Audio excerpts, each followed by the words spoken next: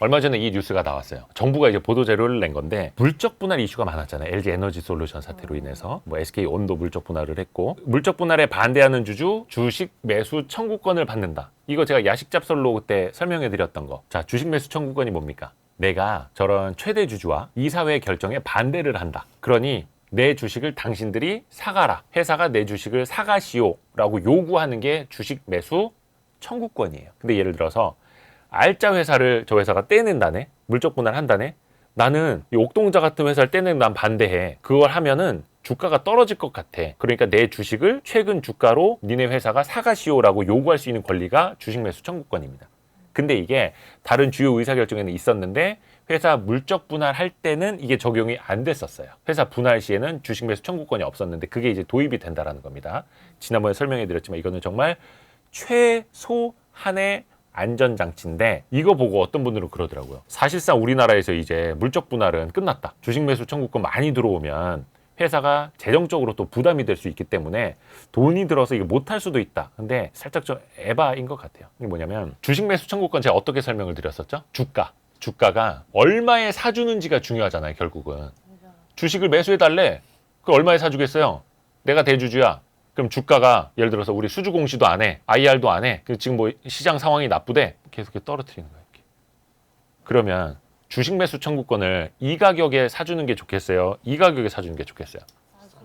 그렇죠. 그러니까 대주주 입장에서는 주가 떨어지는 걸 유도할 수도 있는 거고 오히려 주가가 떨어졌을 때 물적 분할을 발표할 수도 있는 거고. 그래서 제가 이거는 주식 매수 청구권은 사실상 별 도움 안 된다. 진짜 최소한의 대책이다라고 설명을 드렸던 이유가 그거예요.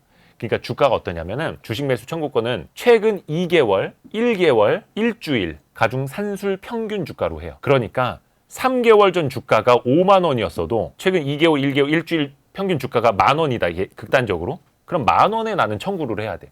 근데 나는 5만 원에 산 주식을 물적 분할에 반대한다고 만 원에 사가시오 할 바보가 누가 있겠습니까?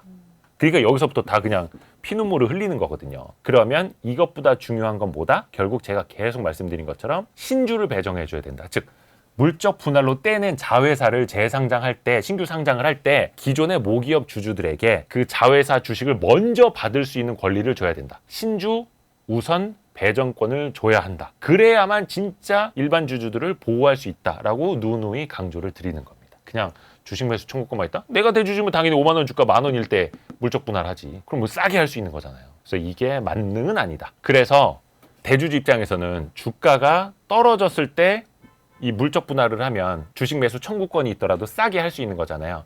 그래서 이 대안은 뭐냐면 이게 중요합니다. 주식 매수 청구권 그 행사 가격 혹은 청구하는 가격을 최근 주가가 아니라 최근 2개월, 1개월, 일주일 평균이 아니라 공정 가격으로 해야 됩니다. 공정 가격. 어디 뭐 회계법인이나 외부감사인이나 써서 저 회사 주가가 5만 원이었던 게 최근 6개월 만에 반토막 반에 반토막이 났는데 지금 물적 분할을 하려고 한다. 그럼 저 회사 주가가 과연 얼마가 공정한 가격인지를 매겨보자. 해서 저 회사는 지금 뭐 PBR이 0.2배입니다. 그럼 뭐예요? 순자산 가치 5분의 1이라는 거잖아요. 그럼 예를 들어서 순자산 가치만큼이라도 주고 주식 매수 청구권을 받아야 됩니다. 하면은 어떻게 되겠습니까? 5배가 되는 거죠. 앉은 자리에서. 근데 이걸 대주주들은 5만 원짜리가 만 원 갔을 때 이 결정을 하니 만 원짜리도 5만 원처럼 계산이 될 수 있게끔 공정 가격으로 주식 매수 청구권을 행사하거나 청구해야 된다. 이게 중요한 거. 이게 키포인트입니다. 그냥 물적 분할 반대 주식 매수 청구권 받는다. 와 이게 아니라 그래서 얼마에 되사주도록 해야 된다라는 기준이 명확히 있어야 되는 거고 더 중요한 거는 자회사 상장할 때 신주, 공모주를 기존 모기업 주주들에게 우선적으로 배정을 해줘야 된다라는 이슈. 그리고 또 하나 주식 매수 청구권을 행사할 때 뭐가 붙는다고 그랬습니까? 프리미엄. 아니 프리미엄이 아니라 뭐가 붙습니까? 세금 즉 양도세가 붙습니다. 주식 매수 청구권 행사하는 일반 주주, 소액 주주한테 헐. 장내에서 주식을 사고 팔 때 세금 내야 안 내요? 거래세 말고 양도세. 안 내요. 양도소득세는 안 내죠. 근데 주식 매수 청구권은 장외 거래로 적용이 돼요. 그러면 양도세 얼마입니까? 22%. 3억이 초과하면은 27.5%죠. 이거 내야 된다니까. 내 주식을 내가 물적 분할을 반대해서 최근에 떨어진 가격으로 회사에게 사가시오 요구를 하는 권리인데 거기다 나는 장내에서 팔면 안 내도 되는 세금까지 내야 돼. 그러니까 이건 내가 말씀드렸잖아요. 주식 매수 청구권은 제대로 된 대안이 아니라고.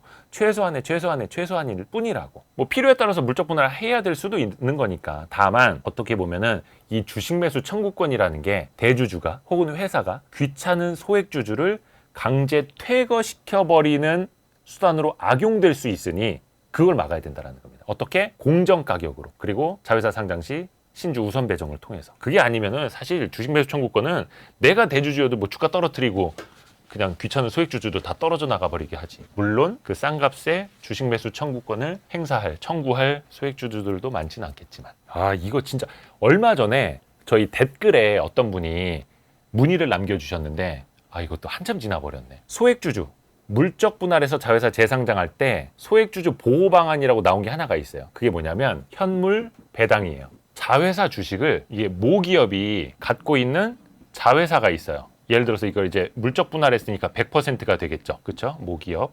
이건 자회사고. 그러면 나중에 이거를 상장을 할 거잖아요. 상장을 하면 어떻게 돼요? 뭐 공모를 받는다고 이게 50% 될 수도 있고 70% 될 수도 있고 30% 될 수도 있고 그건 공모하는 규모에 따라서 그때 상장할 때 이 지분 중 일부를 모기업의 주주들에게 일부 현물로 배당을 하는 겁니다. A사가 자회사 B사의 주식을 A사 주주들에게 얼마를 배당을 하듯이 나눠주는 겁니다. 그럼 어떻게 되겠어요? 이론적으로 보면은 이 기존의 모기업 주주들 자회사 떼내고 분할 재상장하는 거에 굉장히 배가 아픈데 약간은 그래도 속쓰림을 완화해 드릴 수는 있겠죠. 근데 여기서 중요한 건 뭐예요? 악마는 디테일이 있습니다. 얼마큼을 얼마에 줄 건데 가 없어요. 이거를 자회사 주식을 현물 배당할 수 있다라고 해놨어요. 그리고 이거를 어떻게 했냐면 법을 고친 것도 아니고 거래소 있죠. 한국거래소가 상장 예비심사라고 하잖아요. B, 자회사 상장하는 거를 한국거래소가 심사를 해요. 그때 주주와 원만하게 소통을 했는지를 보겠다라는 거였어요. 그 중에 하나로 자회사 주식을 현물 배당하는가 하면은 뭐 물적 분할한 기업도 상장을 통과시켜주고 안 한다. 그래서 기존 주주들이 막 반발하고 있다. 그러면 상장 저희는 못 시켜드립니다. 하는데 이 자회사 주식을 얼마나 현물 배당해야 되는지에 대한 기준이 없어요. 중요한 게 그겁니다. 기준이 없다는 거예요. 기준이. 그래서 지금 약간 논쟁이 되고 있는 케이스가 3기에서 물적 분할해서 재상장 추진하고 있는 3기 EV라고 있어요. 그리고 필옵틱스에서 물적 분할한 필에너지 또 이제 상장 예정인데 그 두 회사가 저희 물적 분할하고 자회사 신규 상장을 하는 거니까 자회사 주식을 기존 모기업 주주들에게 현물 배당해드릴게요 라고 했어. 근데 주주들은 어때? 얼마 줄 건데? 지금 그래서 이 주가도 떨어지고 우리는 피해가 막심한데 물적 분할한다고 했으니까 더 주가는 떨어져 있는데 그러면 주가가 떨어져 있으니 이때 발표할 때보다 이론적으로 더 많은 금액을 줘야 하잖아요. 근데 이 기업 입장에서는 어때요? 우리는 이때 기준으로 할 거예요. 그러니까 1인당 손해보신 게 예를 들어 100만 원이에요? 그럼 100만 원어치에 해당하는 자회사 주식을 드릴게요 하는 거예요. 근데 주주들 입장에서 어때? 야, 지금 주가가 반토막 났다고.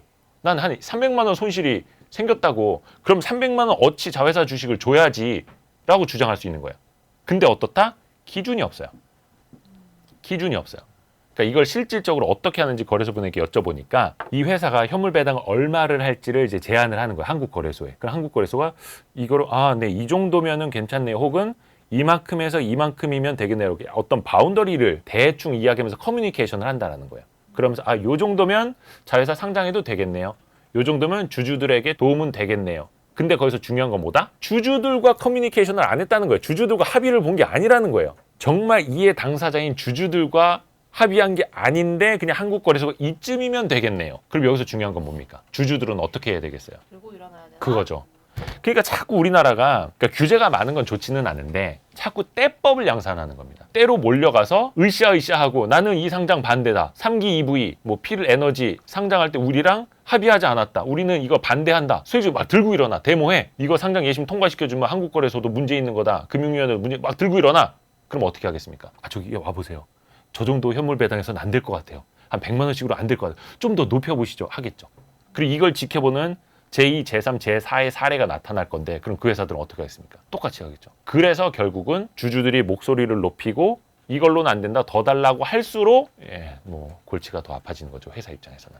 이게 현실이에요. 근데 기준을 이렇게 만들어 놓으면 안 된다고. 그러니까 이것도 사실은 정부가 법으로 규제하기는 어려우니, 법으로 규제하면 경영권을 뭐 너무 억누르고 뭐 회사에 부담을 주고 하니, 그럼 한국거래소가 니네가 알아서 예심할 때 알아서 해봐 한 건데, 결국 기준이 없으니까 뭘까? 한국거래소 아저씨도 막 머리 싸매는 거야. 아, 이거 어떻게 해야 돼? 다행히 지금은, 다행이란 표현은 아니고 3기 EV나 필에너지 주주들이 아직까지는 그렇게 막 시끄럽진 않은 것 같아. 근데 나중에 상장할 때, 야 뭐야, 나 지금 주가 반토막 났는데 이거밖에 안 준다고? 알게 되면 어떻게 되겠습니까? 들고 일어납니다. 근데 이미 그땐 늦었을 수도 있어요. 왜냐? 이미 상장 예심을 통과를 하고 증권 신고서까지 낸다. 이미 늦어지는 거죠. 그럼 그때는 한국거래소 앞으로 가는 게 아니라 금감원 앞으로 가시면 됩니다. 꿀팁. 그러니까 상장 예심은 한국거래소가 심사를 하는 거예요. 예비 심사는. 근데 증권 신고서는 금융감독원이 심사를 합니다. 그래서 이게 찾아갈 번지수가 있어야 되는데, 그래서 어떤 시위하시는 분들은 엉뚱한 데 시위를 하시는 분 가서 여기 아니고 정부청사 어디에 있거든, 이 알려드리고 싶은데, 하여튼 그래서 번지수를 잘 찾아가셔야 된다는 거. 그래서 이렇게 제도를 하나둘씩은 만들고 있습니다. 그러니까 코리아 디스카운트 현상이라든지 소액주주 보호 방안을 정부가 잘 만들고는 있는데 아직은 완벽하지 않으니 제가 계속해서 보완해야 될 점을 알려드리고, 우리 소액주주들도 알아야 하는 포인트를 이렇게 알려드리고 있는 겁니다. 아무튼 이렇게 조금이라도 도움되셨다면 Y스트릿 알림, 구독 설정, 좋아요 눌러주시고 댓글 다른 영상까지 부탁드리겠습니다. 이게 좋아요가 제일 빨리 좀 눌러주셔야